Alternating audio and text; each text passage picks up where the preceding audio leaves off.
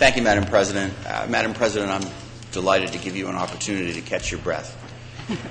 Madam President, I move the majority ought to pass report and wish to speak to my motion. The Senator from Cumberland, Senator Bliss, moves acceptance of the majority ought to pass report. The Senator may proceed. Thank you, Madam President. Madam President, men and women of the Senate, I would first like to take a moment to congratulate our colleagues from the State Senate of the great state of New Hampshire to our west, who yesterday passed a civil marriage bill and sent it back to their House, which has already passed a similar bill.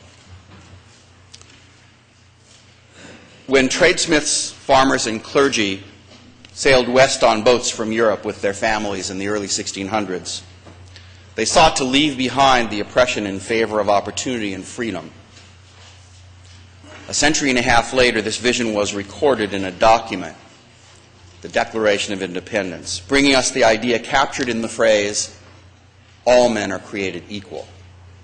Though imperfectly gender-specific, no governing body had ever declared this statement before. On November 4th of last year, we saw our founders' vision affirmed in the first election of an African American to the highest office in this land. But on the same day, that founders' vision fell short in the passage of a law in California that withdrew the right of marriage from loving, consenting adults of the same sex. Last July, my partner of 14 years and I took our 3 kids to California, to my nephew's bar mitzvah. While we were there, we visited the Ventura County Courthouse and got married. Our children, ages 6, 9, and 12 at the time, were our witnesses. Now that California has withdrawn the right for gay people to marry, and Maine has not yet dealt with this law, my partner and I are once again just partners. This is not my problem. This is not my partner's problem. This is a problem that affects everyone. When a significant percentage of the population faces artificial hurdles in achieving their full potential to contribute to society, it works to hold the whole country back at a time when it faces increasing global competition and challenges to its leadership. This is true for our country. This is true for our state. There are, to my knowledge, 3 primary reasons that gay and lesbian marriage equality has not been fully supported in the past. First, family.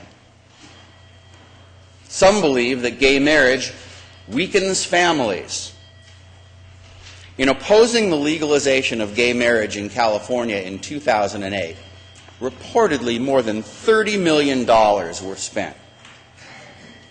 If the money spent to oppose gay marriage had instead been contributed to family counseling services, it could have provided monthly counseling services to more than 25,000 families at risk for a year if the average price of a marriage counselor were $100 an hour. Strong families provide stability and resources for children to become leaders for tomorrow. Strong families are extremely important. But denying equality to gays is not the answer. If the goal of opponents really is strong families, then opposing gay marriage is a misallocation of resources. We should instead be working together and putting resources towards social programs and counseling services that will support and strengthen families. All families. Gay families, straight families, single mother families, single father families, step-parent families, grandparent-based families, all families. In addition, there are more than 1 million American children who don't have any homes at all, who don't regularly attend school or receive proper health care, and who would be better able to develop into productive members of society if they had homes, even if those homes are a little bit non-traditional. Nature. Some believe that homosexuality is unnatural. Around the world, in independent populations, researchers have found a substantially consistent percentage of the population to be same-sex oriented. This is not a phenomenon peculiar to Maine or peculiar to the United States. And over time, gay men and lesbians have been among those who have had the most profound impact on humanity.